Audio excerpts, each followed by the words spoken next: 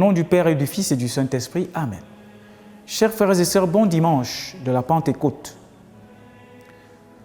Nous retenons de notre credo que le Saint-Esprit est Dieu. Il existe différents noms pour nommer le Saint-Esprit, qui est la troisième personne de la Sainte Trinité. Jésus l'a également appelé le Paraclet, le Consolateur, l'Avocat, l'Esprit de vérité. Le Nouveau Testament le désigne également comme l'Esprit du Christ, l'Esprit du Seigneur Dieu, l'Esprit de gloire, l'Esprit de la promesse. Il est l'aide envoyée par Jésus pour nous enseigner tout. C'est ce que nous dit le numéro 138 de notre compendium. Déjà dans le compendium du catéchisme de l'Église catholique au numéro 47, on nous fait comprendre que l'Esprit Saint est la troisième personne de la très sainte Trinité. L'Esprit Saint est Dieu, un et égal au Père et au Fils. Il procède du Père, Jean 15, 26. Il est le principe sans principe et l'origine de toute la vie trinitaire. Il procède aussi du Fils, le filioqué, par le don éternel que le Père fait de lui au Fils. Envoyé par le Père et le Fils incarné, l'Esprit Saint guide l'Église pour qu'elle connaisse la vérité tout entière. Jean 16, 13.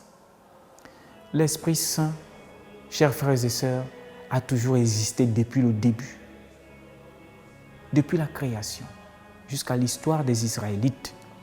Mais ce qui s'est passé dans les Actes des Apôtres peut être appelé le déversement du Saint-Esprit, l'abondance du Saint-Esprit, l'effusion du Saint-Esprit. Cette effusion a renouvelé la face de la terre. Ils étaient réunis à Jérusalem ce jour-là, selon ce qui est écrit dans le livre des Actes des Apôtres, des Juifs pieux de toutes les nations qui sont sous le ciel. Acte 2, verset 5. Ici se manifeste le don caractéristique de l'Esprit Saint. Tous comprenaient les paroles des apôtres. Chacun entendait ces hommes parler sa propre langue. Acte 2, verset 6. L'Esprit Saint donne la compréhension. Surmontant la brèche ouverte à Babel, la confusion des cœurs qui nous opposent les uns aux autres, l'Esprit ouvre les frontières. Le peuple de Dieu, qui a trouvé sa première configuration sur le mont Sinaï, s'élargit au point de ne plus connaître les limites. Le nouveau peuple de Dieu, l'Église, est un peuple issu de toutes les nations. L'Église est catholique depuis le début, chers frères et sœurs, et c'est son essence la plus profonde. Tout cela est dû à l'effusion de l'Esprit Saint.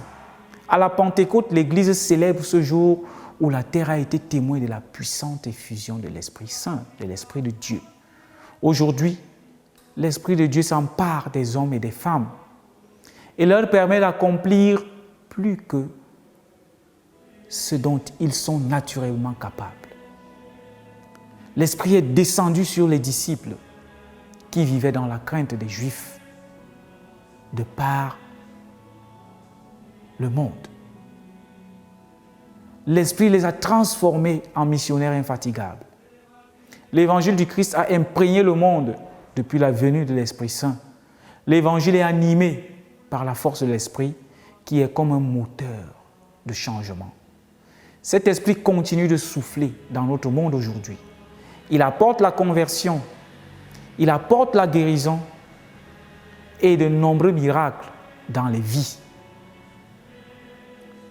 Je m'en vais vous poser une question. Avez-vous fait l'expérience de l'Esprit Saint, de sa présence dans vos vies? Que le Seigneur vous donne cette grâce de faire l'expérience de son Esprit Saint. Au nom du Père et du Fils et du Saint-Esprit.